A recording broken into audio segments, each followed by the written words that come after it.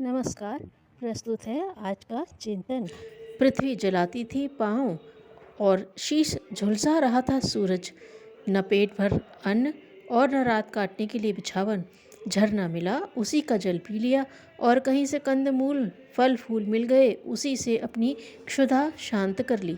एक गोल पत्थर पर सिर टिकाकर किसी चट्टान पर सो लिए, दोपहर किसी वृक्ष की छाँव में बिता ली। ऐसे करते करते 7 दिन बीत गए। स्नातक धन्वंतरी गुरुकुल की सीमा छोड़कर हिमालय की मध्यवर्ती उपत्यकाओं तक जा पहुँचे, किंतु कोई भी ऐसी जड़ी बूटी न मिली जो अपनी पीठ पर हुए व्रण की उपयुक्त औषधि हो सकती। धन्वंतरी का शरीर थककर आधा हो गया था, पर बाहरी लगन, धन्य रे ऐसे तप की ऐसी जड़ी बूटी की खोज जो किसी भी फोड़े से पीड़ित का अचूक उपचार सिद्ध हो सके, धन्वंतरी को उसके पीछे ही लगाए रखा। धन्वंतरी भीष्माचार्य के अंतिम वर्ष में शोध कर रहे थे। औषधि शास्त्र का उन्होंने ऐसा अध्ययन किया था कि स्वयं कुलपति भी कई बार उनसे आवश्यक जानकारियां उपलब्ध किया करते थे। आयुर्वेद का ऐसा गहन अध्ययन इतिहास में शायद ही कोई और कर सका हो। एक एक ऋचा पर उन्होंने कितना कितना परिश्रम किया, यह तो वह स्वयं ही जानते थे। पर आयुर्वेद का निधान धन्वंतरी आज कई दिन से भ्रमण कर रहा है। एक एक जड़ी बूटी, एक एक बूटी का प्रयोग कर डाला है उन्होंने, पर एक भी तो पत्ती ऐसी नहीं निकली जो उनके पीठ पर हो गए फोड़े के घाव को ठीक कर देती। रात दिन की निरंतर खोज के उपरांत भी सफलता हाथ न लगने पर निराशा स्वाभाविक थी। युद्ध में पराजित सैनिक की भांति थके हारे धन्वंतरी पुनः गुरुकुल की ओर लौट चले।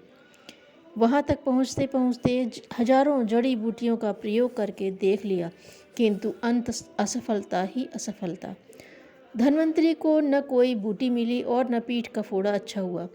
धन्वंतरी की मुखाकृति देखकर विभत्सता को भी करुणा आ जाती, पर उनकी खोज की जिज्ञासा शांत न हुई।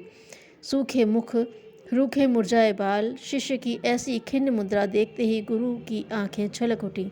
उन्होंने स्पष्ट ताड़ लिया कि धन्वंतरी को कोई उपयुक्त औषधि नहीं मिल पाई है। तात, बड़ा कष्ट पाया तुमने, कहते हुए आचार्य प्रवर ने बड़ी करुणा बड़े स्नेह से धन्वंतरी के उत्तरीय वस्त्र को हटाकर देखा। घाव घटा नहीं था, कुछ बढ़ ही गया था।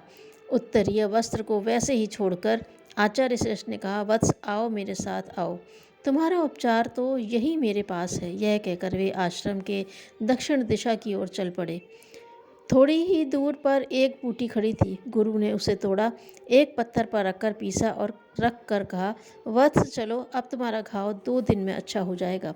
निराश और दुखी धन्वंतरी ने विश्वास छोड़ते हुए कहा, गुरुदेव, बूटी हिमालय के इतने समीप ही थी तो मुझे व्यर्थ ही 15 मील क्यों दौड़ाया? इतना कष्ट देकर आपने क्या पा लिया? मौन ऋषि के ने अत्यंत सकरुण नेत्रों से धन्वंतरी की ओर देखा भर, बस कहा कुछ नहीं। वह तो उनकी आत्मा थी जिसने आप ही उत्तर दे दिया।